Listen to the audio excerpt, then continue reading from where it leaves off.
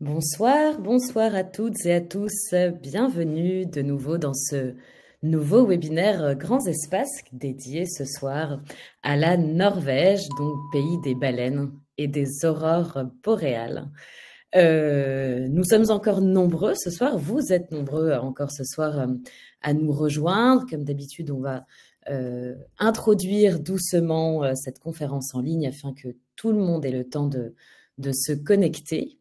Donc aujourd'hui, nous allons nous intéresser à ce pays nordique et principalement aux régions que l'on visite lors de nos croisières en Norvège, plus particulièrement lors de nos croisières que nous avons prévues pour 2025.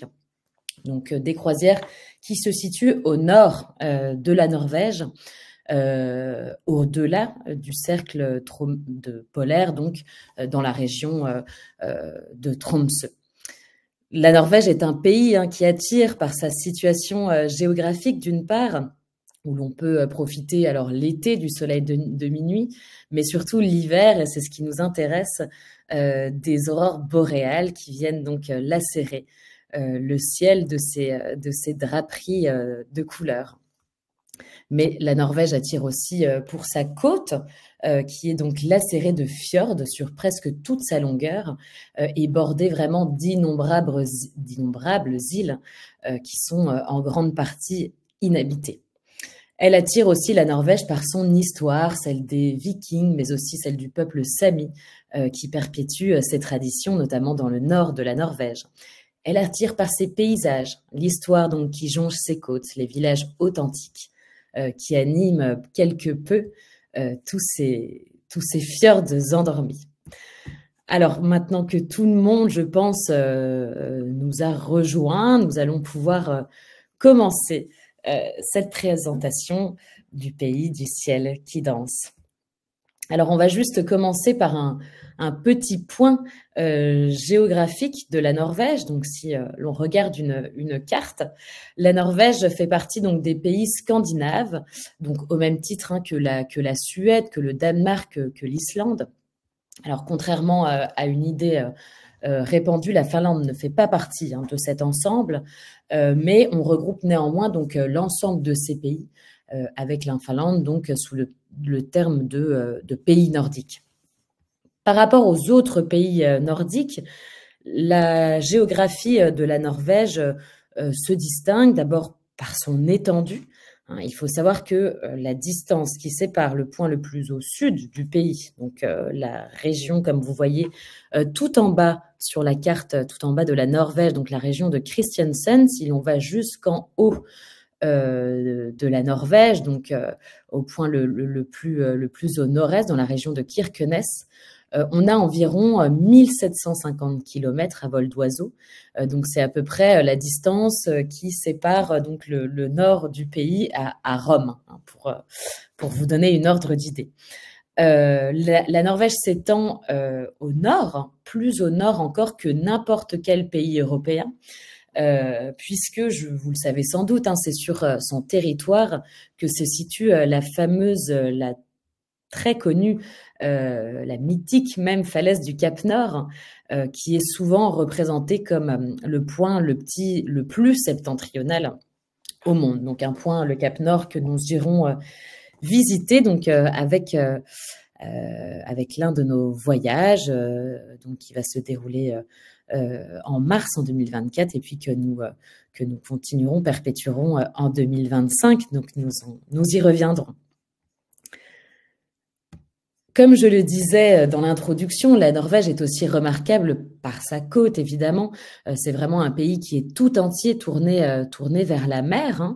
Et cette côte est vraiment lacérée de fjords, comme on peut le voir ici, sur presque toute sa longueur. Vraiment de nombreuses îles qui viennent border ces côtes. Celles-ci, comme je le disais, donc beaucoup, en grande partie, inhabitées.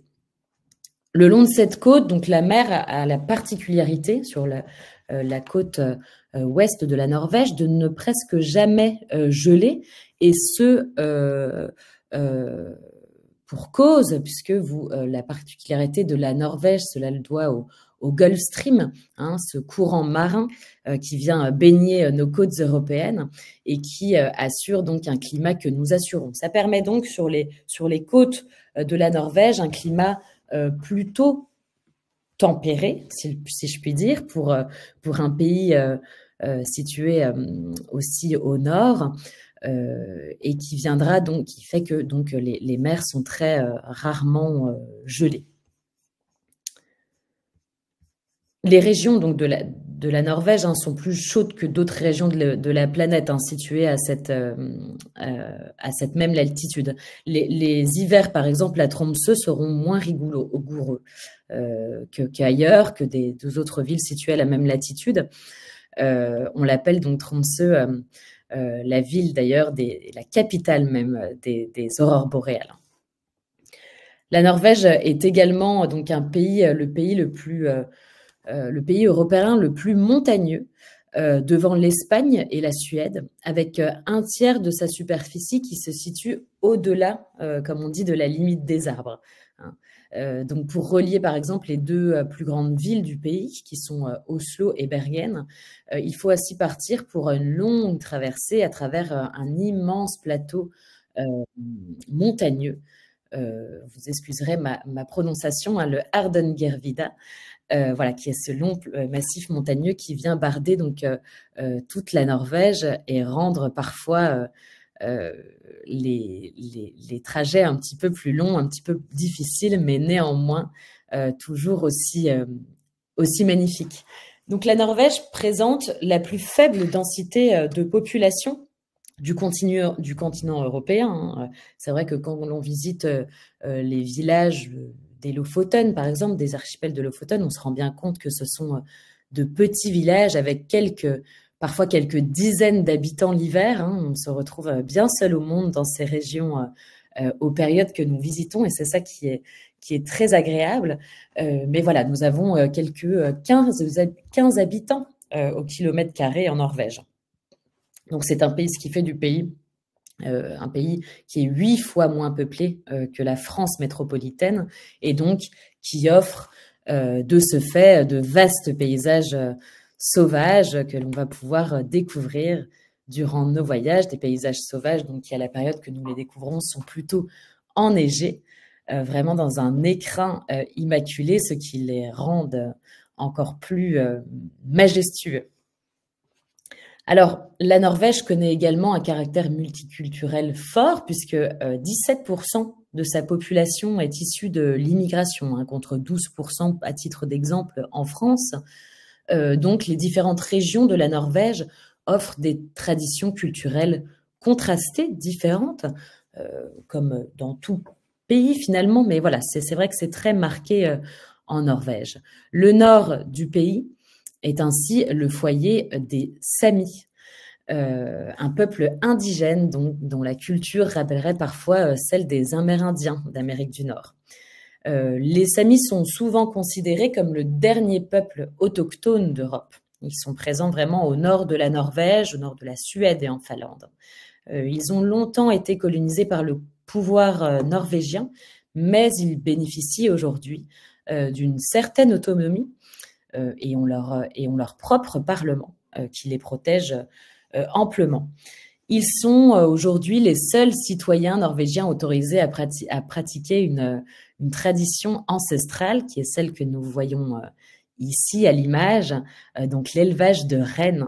On estime effectivement qu'environ 10% des Samis sont éleveurs de rennes, alors ce qui en fait un pourcentage beaucoup moins important que jadis, puisque même si l'élevage fait complètement partie de leur culture, une grande majorité de ce peuple ne peut plus en vivre et donc va se tourner vers un autre type d'activité en parallèle de cet élevage, comme par exemple le tourisme.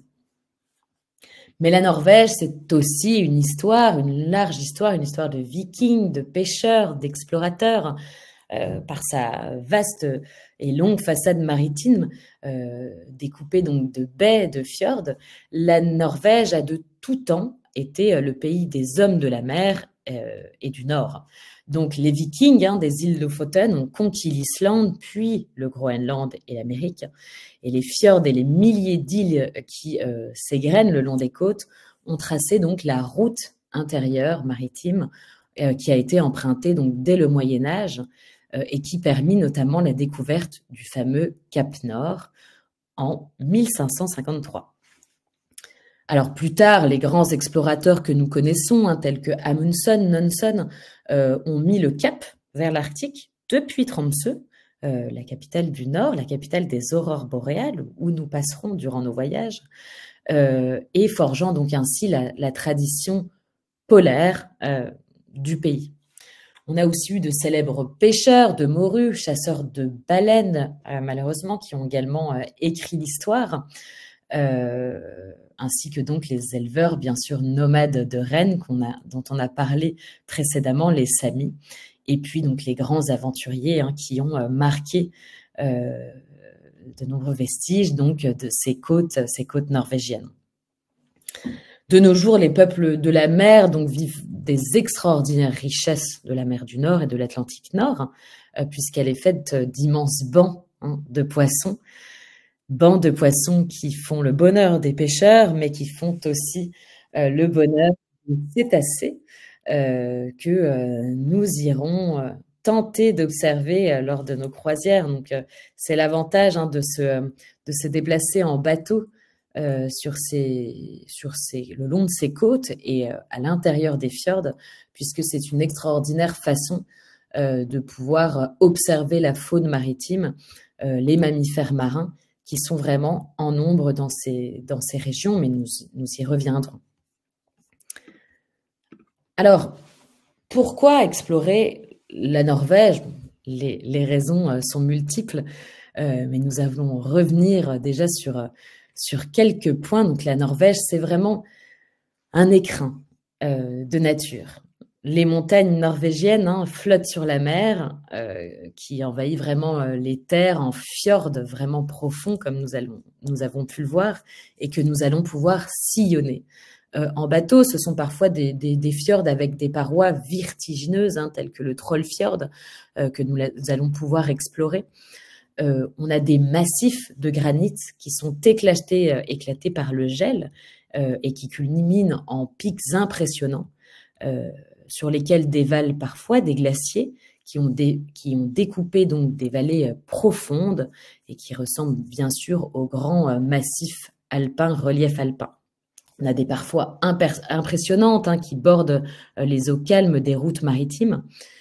Et ces massifs, qui culminent à plus de 2000 mètres d'altitude, sont enveloppés par des nuages de neige qui entretient donc les glaciers qui arrivent parfois presque jusqu'à la mer. Donc, la Norvège, ce sont des paysages de neige, de grands lacs, de rivières, de cascades, de fjords. Bref, l'eau y est omniprésente, permettant aux hameaux et villages de s'installer et d'y cultiver donc de maigres terres. Donc voilà, ça fait vraiment de la Norvège de vastes étendues sauvages. Vraiment, je vous l'ai dit, donc 15 habitants au kilomètre carré. On a vraiment l'impression, quand on va dans ces régions-là, d'être seul au monde. Et puis, notamment donc en hiver, quand on a ce genre de paysage, beaucoup des habitants, par exemple, de l'archipel des Lofoten, qui sont bardés de tout petits villages, descendent plus vers le sud. Et donc, on retrouve dans ces villages parfois quelques dizaines d'habitants, pas plus, voilà, qui donnent une impression parfois de village fantôme, mais voilà, qui donnent toujours la vie à ces reliefs, à ces paysages impressionnants, avec donc leurs petites maisons de couleurs jaune et rouge qui viennent égayer ces paysages de grandes étendues. Voilà un petit peu le genre de paysage que l'on peut explorer quand on part dans ces régions de la Norvège. En début de saison, saison à laquelle nous partons, nous avons souvent donc des grandes étendues enneigées comme cela. Heureusement, à bord de notre bateau, donc nous pouvons être équipés d'équipements polaires, si je puis dire, donc avec des combinaisons, nous y reviendrons, mais aussi des raquettes qui nous permettent, quand le temps nous le permet, d'explorer donc les massifs avec de belles randonnées à travers ces massifs alpins et ces étendues sauvages, ces grands espaces finalement.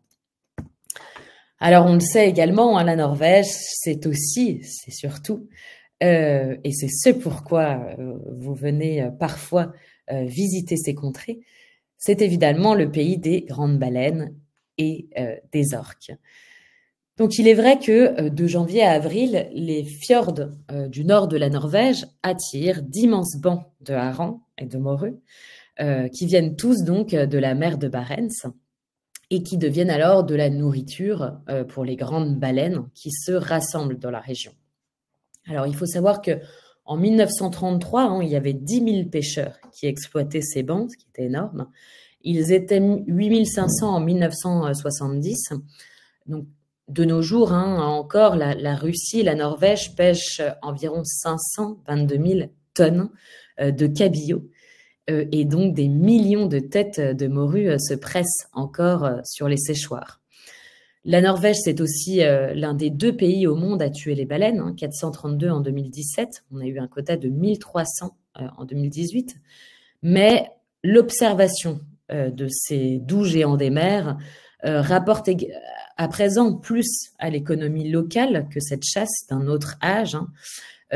Donc c'est pour nous une raison de plus de promouvoir ces voyages pour l'observation des baleines et donc pour les protéger davantage de ces grandes pêches qui restent donc possibles, mais qui sont quand même de plus en plus limitées.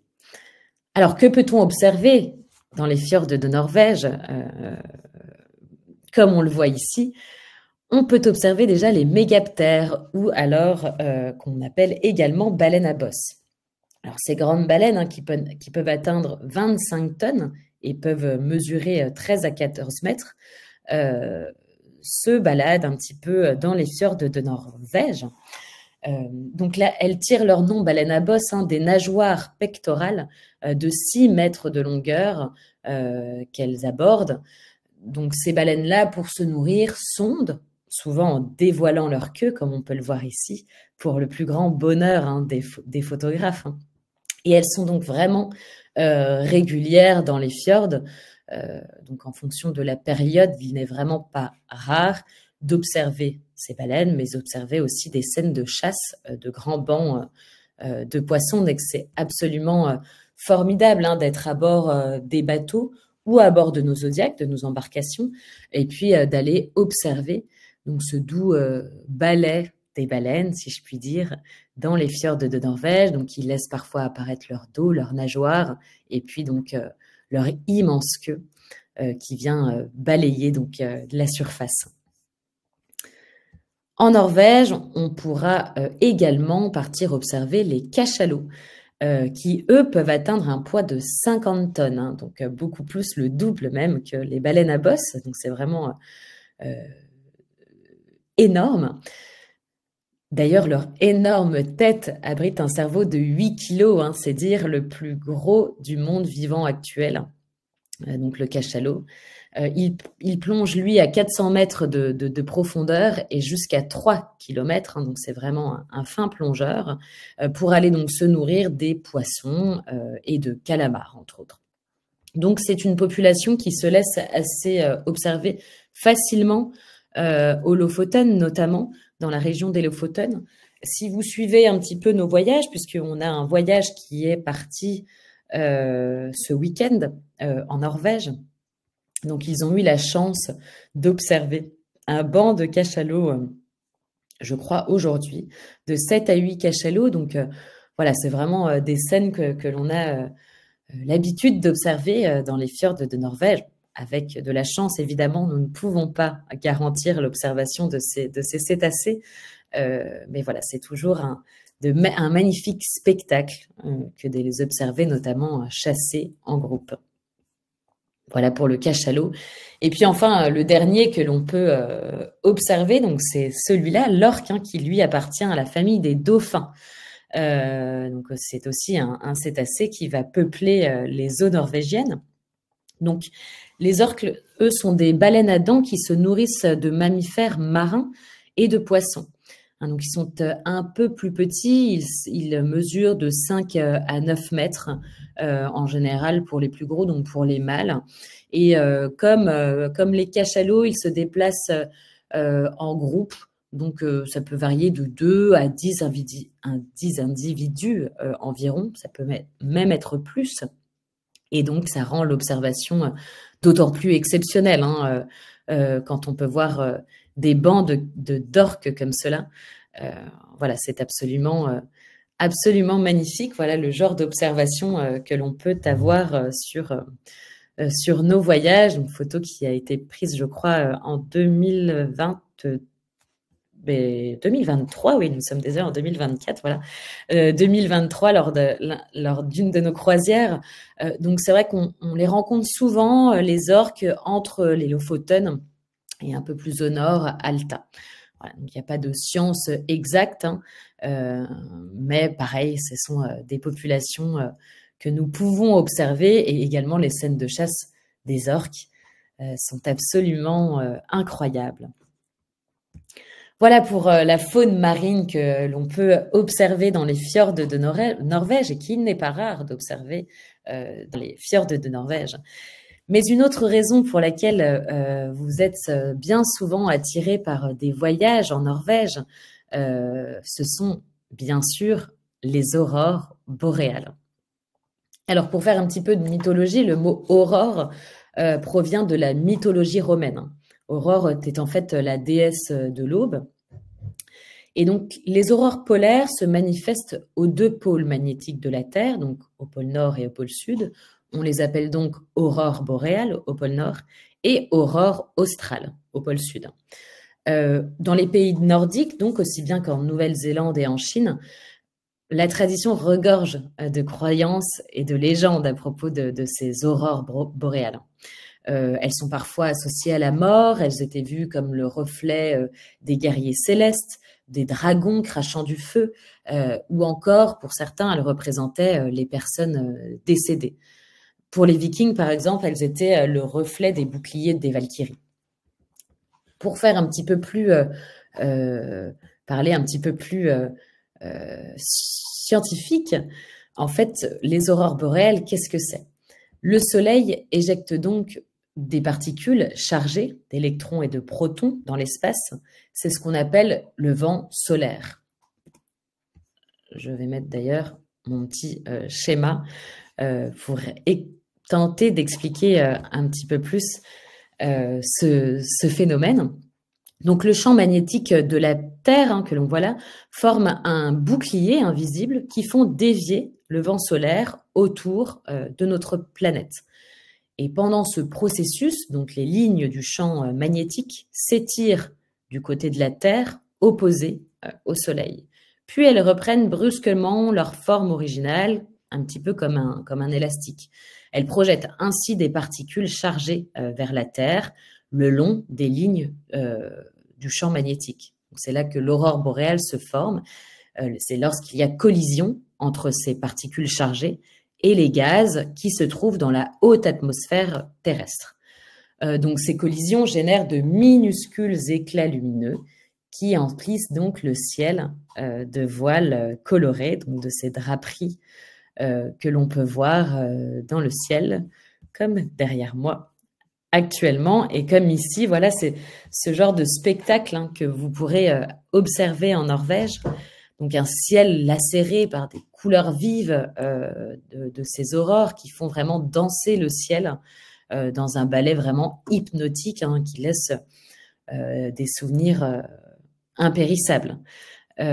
Voilà, donc évidemment, c'est pareil, c'est l'observation de ces aurores dépend des conditions climatiques durant notre voyage. On ne peut les garantir. Elles sont toujours présentes, mais il faut bien sûr que le ciel, que les nuages soient assez dissipés pour nous laisser observer ces phénomènes célestes. Alors, vous le savez peut-être, hein, l'activité solaire est un phénomène cyclique et dynamique, et il est en train d'atteindre son pic. Donc, des chercheurs ont révélé hein, que le pic du cycle solaire actuel pourrait survenir en ce moment même. Donc, on est vraiment dans un cycle, dans le pic du cycle de l'activité solaire. Ces années, hein, donc ça a commencé vraiment l'an dernier, 2022, puis là on est vraiment sur l'année du pic qui va continuer donc sur 2025, 2026, avec autant d'insistance. Vous pouvez voir d'ailleurs qu'en ce moment, il n'est pas rare hein, d'observer des aurores boréales, même jusqu'en France, en Bourgogne, où nous sommes, nous. Voilà, beaucoup ont pu observer, je n'ai pas eu cette chance, mais ont pu observer de faibles aurores, mais des aurores quand même dans nos ciels bourguignons. Voilà, donc c'est vraiment des années où il est vraiment intéressant de partir pour ce pic d'activité solaire donc et pour aller observer ces phénomènes célestes. Alors, je vous invite pour en savoir encore plus hein, sur les aurores boréales à regarder en replay sur notre chaîne YouTube une conférence qui avait été donnée sur les aurores boréales par M. Pérez et M. Allard, qui avaient vraiment détaillé hein, le phénomène des aurores boréales et qui vous permet vraiment d'en savoir plus sur ce phénomène. Voilà un petit peu pour le genre de photos que nous pouvons avoir lors de nos voyages. Donc là, une photo qui a été prise à bord de l'Explorer, hein, notre bateau qui visite ces régions. Donc, à bord, voilà, nos passagers ont pu observer ces magnifiques draperies depuis le bateau. C'est quand même des spectacles absolument fabuleux. Alors, pour parler un petit peu plus précisément de nos voyages et de nos itinéraires de voyage, on va se pencher surtout ce soir donc sur nos voyages qui auront lieu en 2025 et sur les programmes que nous proposons en 2025. Donc, notre premier itinéraire, c'est celui-là que l'on appelle Tromsø, Lofoten et Alpes de Lingen, qui commence à partir de février. Donc, nous avons plusieurs dates. Je vois qu'il y a une toute petite erreur sur les dates de ce voyage en 2025. Voilà, il y a plusieurs dates.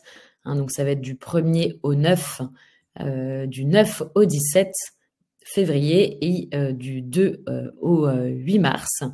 Donc voilà, ce sont des voyages de 9 ou 7 jours, sachant que notre voyage qui a lieu du 2 au 8 mars de 7 jours se concentrera principalement sur la région des Lofoten, donc au nord de Tromsø, et n'aura pas le temps donc de remonter vers les Alpes de Lingen comme vous pouvez le voir sur la carte.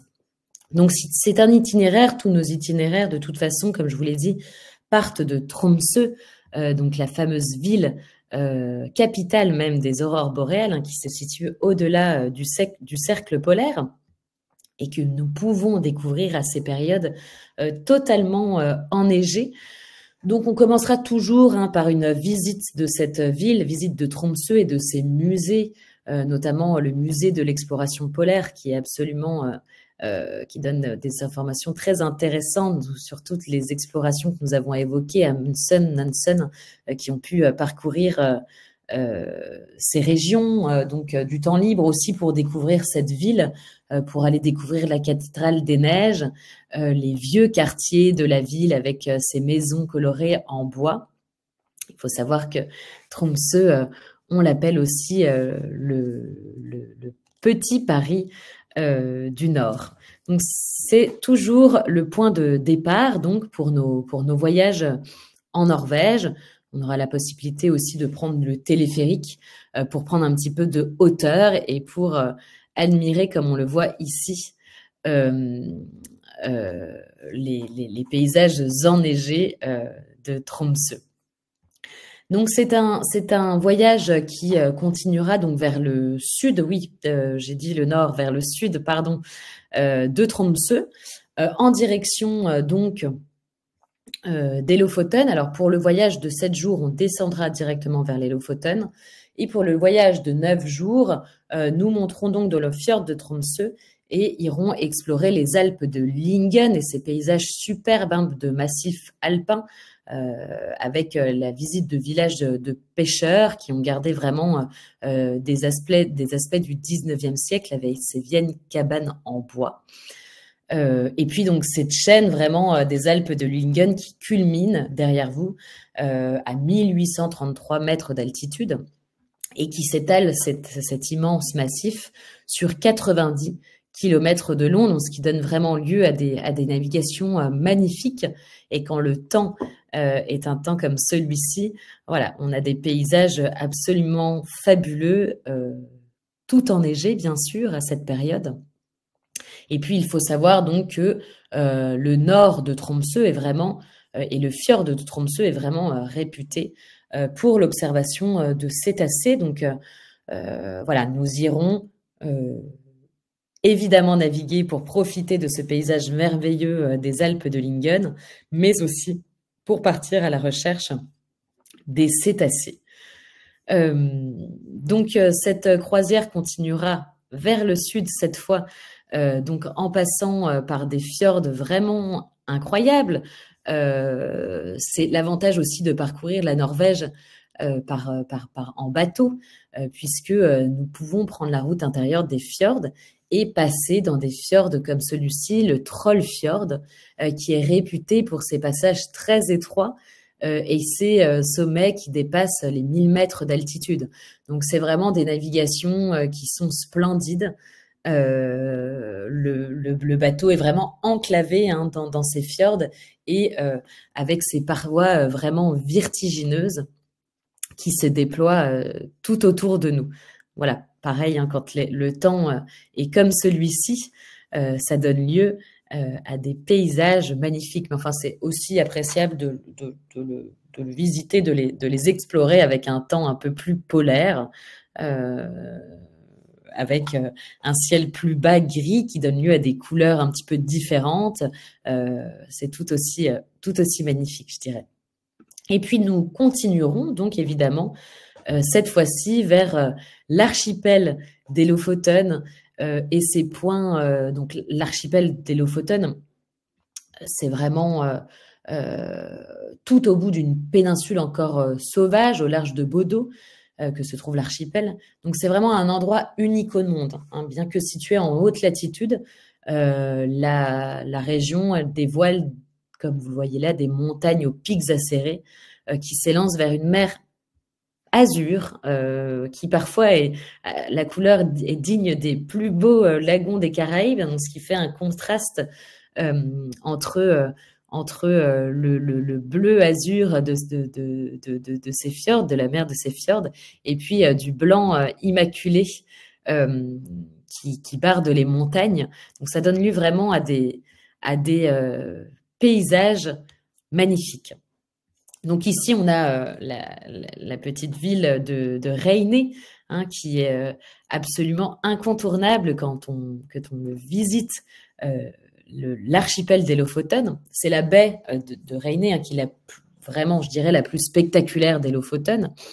Et ces traditions de pêche en font vraiment sa renommée. Donc, on ira voir des séchoirs à morues. Parfois, on rencontre des pêcheurs donc, qui nous parlent un petit peu de leur tradition. Et puis, nous aurons visité également le village de Nusfjord qui également hein, se dévoile dans un cadre superbe de pics et de criques. Donc le village de Nusfjord, hein, avec ses échoppes anciennes, est classé au patrimoine mondial de l'UNESCO et fait partie donc de l'une des grandes images des Lofoten. Donc voilà tous ces petits villages des Lofoten hein, qui sont vraiment typiques, authentiques, qui laissent apparaître donc ces petites cabanes de pêcheurs, les rorbuer, qui sont vraiment des cabanes typiques de Norvège sur pilotis, qui bardent vraiment toutes les côtes, tous les fjords. On partira à la découverte donc des pittoresques villages de pêcheurs comme Enningsveier ou encore Solveier, où on pourra donc observer ces fameux séchoirs à morue qui sont vraiment en grand nombre. Ah, donc voilà, ça dégage aussi une odeur particulière. Et c'est toujours très intéressant d'aller les observer. Donc voilà, c'est tous ces petits villages avec leurs ports de pêche, leurs églises et puis leurs quelques habitants qui se rendent, qui restent ici donc l'hiver. Donc comme je vous le disais, hein, avec finalement des paysages de bout du monde, un petit peu seuls au monde, au bout de cet archipel des Lofoten. Et puis donc nous remonterons en passant par la ville de Harstad et Andenes, donc région qui est aussi réputée donc pour l'observation de ces cétacés, notamment de cachalots. Voilà pour le premier voyage donc de 2025. Qui débute donc à partir de février 2025, donc où l'on explore une partie du nord de Tromsø avec les Alpes de Lyngen, mais surtout l'archipel des Lofoten et ses typiques et authentiques villages de pêcheurs. Et puis pour parler donc du second voyage, c'est un voyage qui montera donc résolument vers le nord de Tromsø, jusqu'au Cap Nord, donc le mythique Cap Nord, le point que l'on dit le plus au nord de l'Europe continentale. Donc c'est un voyage un petit peu différent, alors qui sera un petit peu plus tard dans la saison, donc en mars, hein, on est du 8 au 15 mars et du 15 au 22 mars, et donc qui vont découvrir la spectaculaire falaise du Cap Nord, mais aussi les paysages de Laponie et des Alpes de Lyngen. On visitera lors de ce voyage de grandes villes, donc de la Norvège du Nord, hein, comme Tromsø évidemment, mais aussi Alta, Hammerfest, j'y reviendrai. Ici, on est vraiment donc dans le pays des Samis, hein, donc ce qu'on a vu tout à l'heure, les éleveurs de rennes, mais aussi des pêcheurs du Grand Nord. Et puis, on espérera aussi, comme sur le voyage précédent, observer les aurores boréales, les cétacés et à cette période également les grands oiseaux migrateurs comme les fous de Bassan, les macaremoines, les aigles pêcheurs, voilà, et j'en passe. Donc, sur ce voyage, on navigue encore, hein, le long de ce grand massif alpin, j'y reviens peu, mais des Alpes de Lyngen. Donc, comme sur le premier voyage, hein, c'est une navigation absolument incroyable où on essaiera donc d'aller chercher les cétacés tout le long de notre navigation. On a quelques glaciers qui sont visibles, hein, sur ce massif des Alpes de Lyngen. Donc, c'est vraiment l'un des paysages le plus spectaculaire du nord de la Norvège. Et nous débarquerons, si le temps le permet, dans des petits villages de pêcheurs, avec donc toujours les séchoirs à morue, les cabanes en bois, voilà. Nous irons également visiter Alta, qui est une plus grande ville, hein, une plus grande ville, je sais, mais c'est seulement quand même 20 000 habitants, et où se trouve le premier observatoire permanent des aurores boréales qui a été construit ici à la fin des années 1800. Donc sur les rives d'Alta, c'est vraiment très intéressant. Il subsiste des inscriptions humaines anciennes, datant pour certaines d'il y a 7000 ans, et qui sont donc inscrites également au patrimoine mondial de l'UNESCO. Donc ici, on va naviguer vraiment, on va visiter la ville d'Alta, puis naviguer entre les îles, toujours à la recherche des orques qui sont plus présents sur cette région du nord de la Norvège, mais aussi les dauphins et les baleines, dans un paysage vraiment typé de la Laponie, avec des calottes glaciaires qui coiffent les montagnes.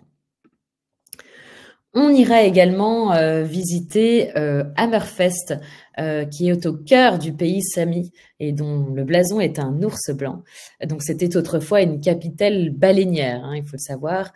Et aujourd'hui, c'est un point de départ vers les grands gisements pétroliers et de gaz. Donc c'est une ville qui est absolument intéressante à visiter également, qui est vraiment aussi jonchée dans un fjord. Donc elle abrite le musée des pêches. On pourra également, comme à Tromsø, monter sur le plateau pour admirer le panorama absolument incroyable sur la ville et le fjord. Et c'est l'occasion aussi parfois d'observer les rennes qui parcourent un petit peu ces environs. Et puis, nous irons donc durant ce voyage résolument au nord, comme je l'ai dit, hein, partir à la découverte de la région du Cap Nord. Donc, nous irons naviguer évidemment au pied du Rocher du Nord et dans sa baie, dans la réserve naturelle, nous partirons donc à la recherche de cétacés, d'oiseaux migrateurs, comme je le disais, comme les guillemots, les cormorans, les eiders, les fous de bassin. Et puis, nous partirons donc visiter le musée du Cap Nord, le toit de l'Europe. Donc voilà, nous serons vraiment au point le plus au nord de la Norvège, mais surtout de l'Europe continentale. Donc c'est un endroit mythique et puis voilà, qui laisse lieu à des navigations également impressionnantes au pied donc de ces falaises. Voilà un petit peu pour les paysages du nord de la région du Cap Nord. Toujours donc en mars, hein, c'est toujours des paysages qui sont très enneigés encore, donc voilà, qui laissent un environnement d'autant plus polaire qui s'étend à vos yeux. Et puis toujours donc ces oiseaux qui viennent commencer à nicher en nombre, donc qui sont assez intéressants à observer également. Voilà un petit peu pour les voyages que nous proposons, donc 2 voyages que nous proposons en 2025. Alors, je vois qu'il y a quelques questions dans le chat. J'y reviens donc juste après la fin de la présentation pour que les questions et les réponses puissent profiter à tous. Donc, je vous présente juste pour finir l'Explorer qui sera votre bateau pour explorer les fjords de Norvège. Donc, c'est un bateau, un yacht polaire, l'Explorer absolument très confortable. Donc, 12 passagers pour l'Explorer. C'est un bateau qui a été réaménagé en 2022, donc qui est vraiment tout neuf. C'est un grand bateau pour un bateau qui accueille 12 passagers puisqu'il fait 46 mètres et demi de longueur, 10 mètres de large, 10 mètres et demi de large. Donc, ce qui laisse lieu, comme vous pouvez le voir sur cette photo, à de grands ponts d'observation. Ça, c'est absolument magique quand on a, par exemple, des navigations comme ici vers les Alpes de Lingen ou alors qu'on doit observer des cétacés. C'est un bateau où on a vraiment de la place. On ne se monte pas dessus pour aller observer les baleines sur le pont. C'est vraiment très agréable. Donc, les intérieurs sont également très agréables et très vastes. Tous nos intérieurs sont faits pour être ouverts sur l'extérieur. Donc, même quand nous sommes à l'intérieur du bateau, nous avons de grandes baies vitrées sur 180 degrés qui nous permettent de rester en contact avec cette nature majestueuse qui nous entoure. On n'est jamais vraiment enfermé dans le bateau. On profite malgré tout des espaces extérieurs. Donc voilà, comme vous pouvez le voir sur la photo en haut à gauche, donc un salon très agréable où vous pourrez vous détendre le soir avec un apéritif ou écouter encore les conférences de nos guides conférenciers.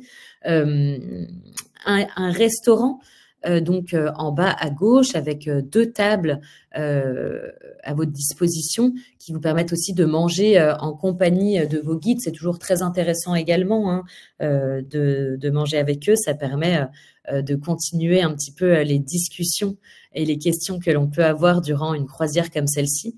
Et puis, petit plus sur ce bateau, petit luxe, je dirais, un sauna et un jacuzzi que je vous montre là, voilà, qui vous permet de profiter le soir en rentrant d'exploration un petit peu fraîche, de profiter donc des chaleurs donc du jacuzzi qui est dehors, tout en profitant de la navigation, ou bien du sauna qui a, comme on le voit là, également une grande fenêtre, toujours pour vous permettre donc d'apprécier les paysages extérieurs. Donc voilà, c'est vraiment un bateau qui est extrêmement confortable. Donc dans ce bateau, on a des cabines également spacieuses et confortables, des cabines de 14 à 17 mètres carrés, qui se déclinent donc en suites individuelles, cabines avec lit jumeau ou lit double, ou suite double, qui donne donc accès à une baie vitrée, une porte-fenêtre, qui donne accès au pont extérieur. Donc, même sur les cabines, comme on voit ici sur la cabine double à gauche, qui sont ornées de hublots, c'est très agréable. Ce sont de grands hublots, les hublots les plus grands du marché. Donc voilà, on a toujours un accès malgré tout sur l'extérieur. Le but de ces croisières expéditions, c'est malgré tout d'être le moins souvent à bord, hein. C'est d'être le plus au contact avec la nature. Donc, on va évidemment explorer les environs grâce à nos zodiacs. Donc, en croisière bateau, on va débarquer le plus souvent possible également dans les villages pour réaliser des randonnées. Donc, le bateau, c'est vraiment notre restaurant, hôtel flottant. Mais le but, voilà, c'est d'être quand même le plus souvent en exploration, en expédition, dans ces paysages merveilleux.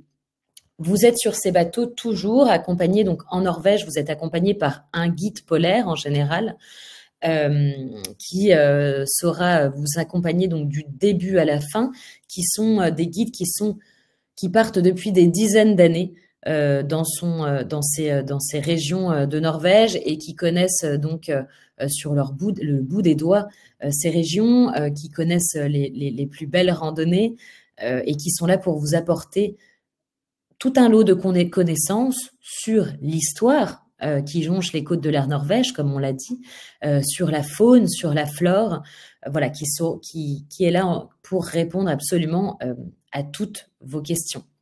Le fait d'être 12 personnes, c'est très agréable aussi, hein, ça permet un climat très convivial, et puis souvent de nombreux liens qui se créent à bord de ces bateaux. Alors, j'en profite parce que je voyais qu'on avait une question sur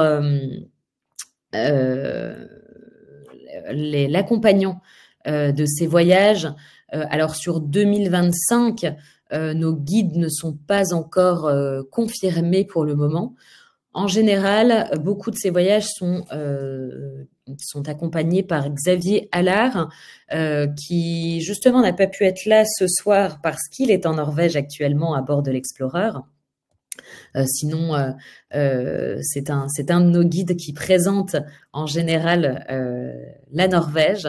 Vous pouvez retrouver également des webinaires qui ont été animés par Xavier Allard et qui vous parle très bien de cette région qu'il connaît par cœur. Voilà, Xavier, c'est un guide qui connaît ces régions depuis plus de 15 ans, je dirais, et qui connaît absolument par cœur ces régions. Je voyais également une question sur les fjords et les Lofoten, pour se rendre dans les fjords et les Lofoten l'été. Alors non, pour l'instant, ce ne sont pas des programmes qui sont prévus. Pourquoi? Nous préférons concentrer donc nos voyages sur la période d'hiver, tout d'abord parce que ça permet l'observation, comme je l'ai dit, d'aurores boréales, de cétacés. Et puis l'été est une période aussi qui est plus explorée, plus visitée, plus touristique. Donc il n'est pas rare de croiser de nombreux bateaux de croisière en été, notamment d'express côtier aussi. Donc voilà, c'est vrai que nous aimons beaucoup ce principe d'explorer les régions dans des périodes où il y a encore peu de monde, et où nous nous sentons un petit peu seuls au monde dans ces grands espaces. Voilà un petit peu pour la présentation de nos itinéraires et de cette région absolument incroyable de la Norvège. Alors, je crois que je n'ai pas eu d'autres questions si j'en crois le chat. N'hésitez pas. Nous avons encore quelques minutes si vous souhaitez poser ces questions. Donc, je vois que vous vous donnez déjà des informations entre vous, donc c'est super. Voilà. Si pas de questions, je vous invite à découvrir donc évidemment les programmes sur notre site. Alors, dernière question, la période la plus propice au niveau de la lumière et des couleurs. Alors, de toute façon, c'est vrai que nos voyages se déroulent tous en tout début de saison. Donc, plus on est tôt dans la saison, évidemment, plus on a de courtes journées. Et plus on avance, plus les journées sont un petit peu plus longues. Sur les périodes que nous proposons, février, mars, vraiment, ce sont des périodes qui, au niveau des lumières, sont à peu près semblables, où nous irons vraiment de très beaux couchers de soleil et de très beaux levers de soleil aussi. C'est toujours un plaisir d'être sur le pont très tôt le matin pour admirer donc un lever de soleil quand soleil il y a, quand on a chance d'avoir du soleil, se lever sur les Alpes de Lingen ou sur l'archipel des Lofoten. Voilà, je dirais qu'entre les deux saisons, enfin entre les deux voyages que nous proposons, les couleurs seront un petit peu similaires au niveau des couchers et levers de soleil. Au niveau des aurores boréales, nos voyages de Mars, on a toujours vu beaucoup d'aurores boréales. La nuit est un peu plus longue en février, donc un petit peu plus de chance de voir des aurores boréales. Mais voilà, c'est pareil, c'est des périodes qui se valent à peu près en termes de lumière à cette période.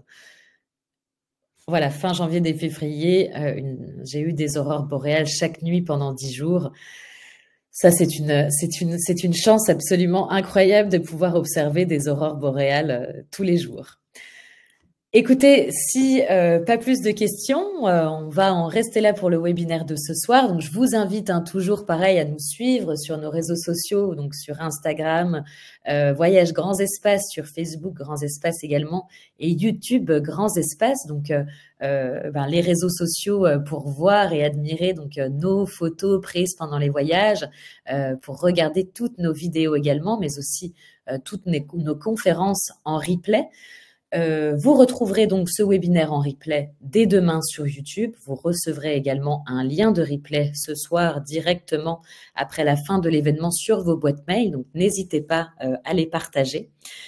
Et puis, je vous donne rendez-vous pour un prochain webinaire. Alors, notre webinaire de la semaine dernière sur nos voyages d'exception, le passage du Nord-Ouest et au-delà de Thulé en 2025 a dû être annulé la semaine dernière pour tous ceux qui étaient inscrits. Je m'en excuse une nouvelle fois.